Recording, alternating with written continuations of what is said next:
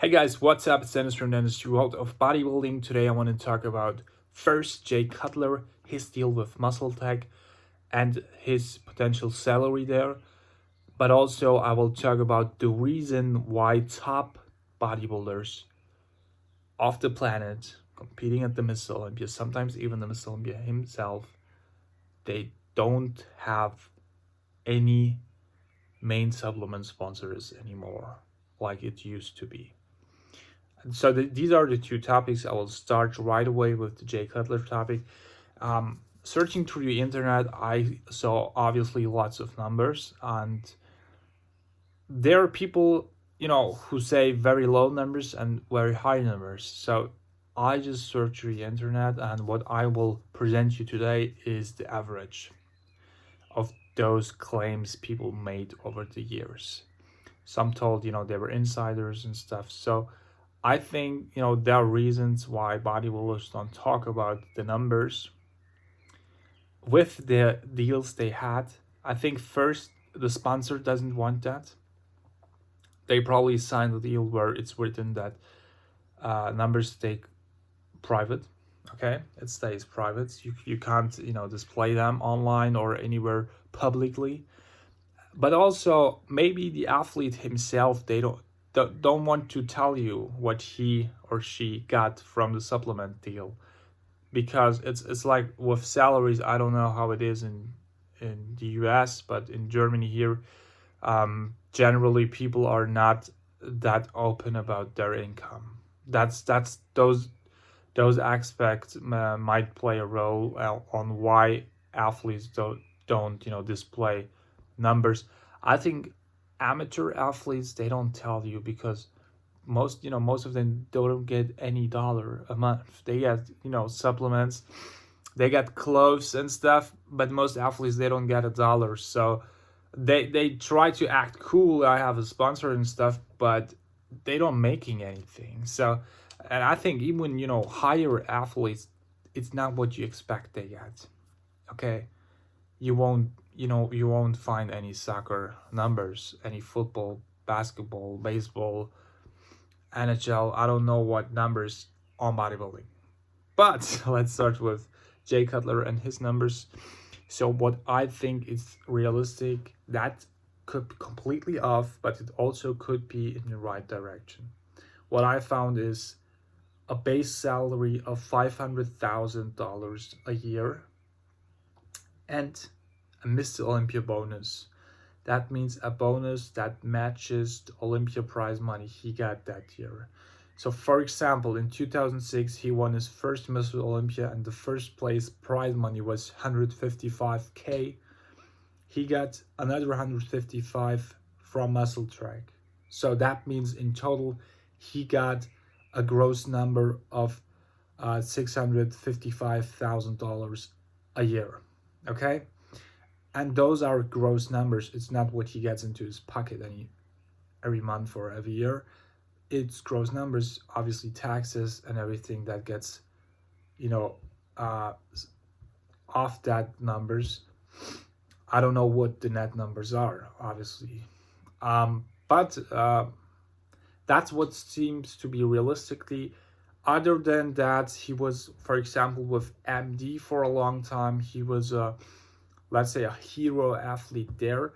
And what I heard is that at the biggest days of his MT time, he got anywhere from 150 to 250,000 dollars a year from MD. That means a magazine sponsor. Obviously, you won't find any magazine sponsors nowadays. I think the athletes, they don't even get paid, to do the interviews and coverage for the magazines anymore. I think with MD, probably 150 or 200K could be realistic during his biggest prime, because I do remember a time where Jay Cutler was really the top guy there, and also other athletes like, for example, Dennis Wolf, who were MD athletes who got salaries and stuff from MD. So there was a time, exactly like there was a time where we had Flax magazine athletes. So we had, on the one side we had the Flax magazine athletes, on the other side we had MD athletes. So that makes sense. And I think it makes sense, for the Mr. Olympia #1 guy of the world, that he got those numbers. On the other side, I wanted to talk about the second part of the videos, the second topic. Why do top bodybuilders don't have any main supplement sponsors anymore? And we're really talking about top pros.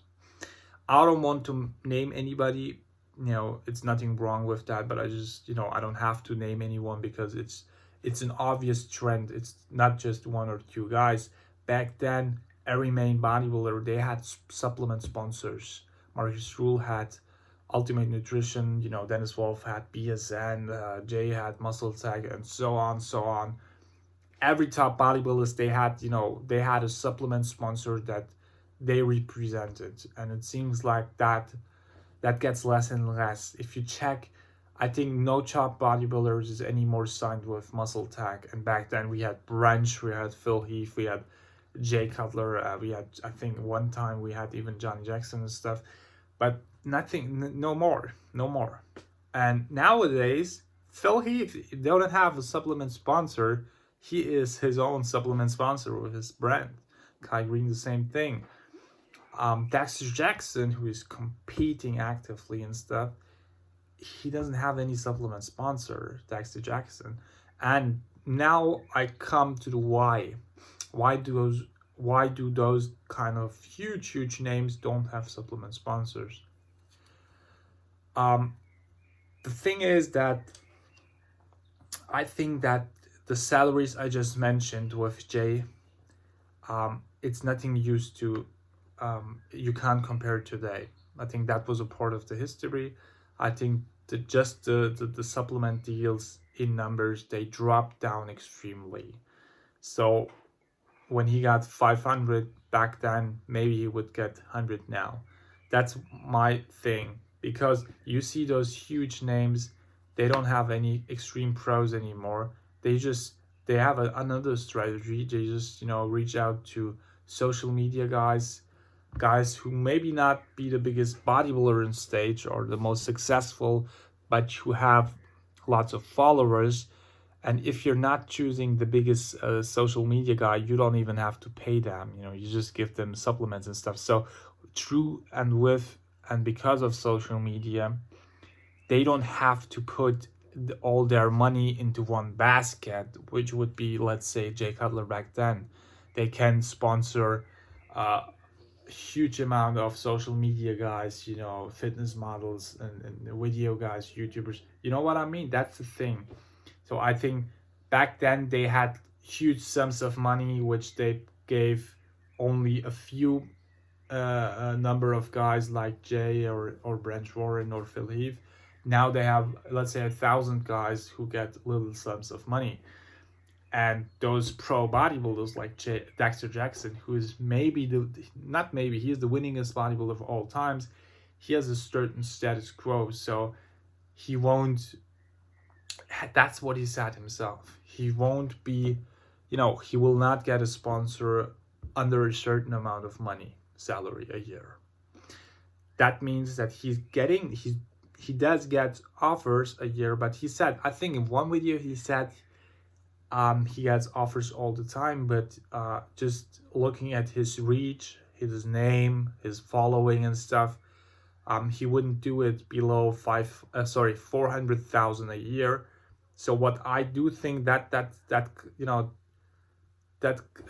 synergizes with the idea I just had, that I think it is the case that those companies, they don't offer huge amounts of money for single guys anymore. Okay, so that's why they don't do it. Of course, you do have some guys who have supplement sponsors, but you more and more see guys who don't have it. And you see more and more guys doing their own brands. Obviously, majority of those guys are pro bodybuilders who already retired. So, for example, Jay Cutler, Ronnie Coleman, Phil Heath, he is like half retired. Right now, he's not actively competing.